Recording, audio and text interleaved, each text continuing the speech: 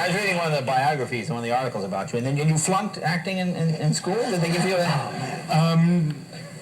I went to an acting high school for 1 year, and they kicked me out after the end of the year. But you know what's interesting? But it wasn't because of my acting. No. It wasn't because you're acting? What was that? I'd be curious.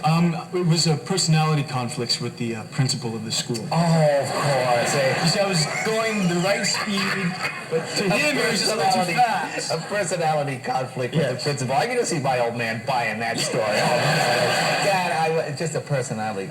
But you know what's interesting? Now, you left home, you hitchhiked across the country, you got kicked out of high school a lot. Were you a troublemaker? I guess so.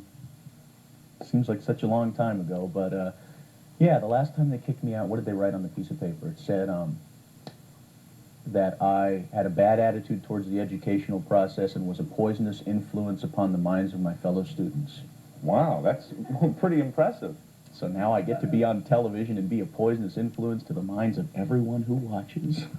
Now, did you really... Young, no one takes you particularly seriously, you know, when you make these statements about what you'd like to do with your life. I remember in high school that they always said, you know, well, you may feel that way now, but we would be remiss in our duties if we did not provide you with something to fall back on. And what would it be like if you find yourself 20 years old and, you know, your career's not working out and you don't have anything to fall back on, you know? Well, sometimes they should just listen, you know? Oh, yeah, because you knew best. I guess I was very fortunate, too, but after I got kicked out of high school, I went to New York. Is there a story there you want to talk about? Being kicked out of high school? Well, the little piece of paper they gave me when I was kicked out said that I had a bad attitude towards the educational process and was a poisonous influence upon the minds of my fellow students. What were you doing?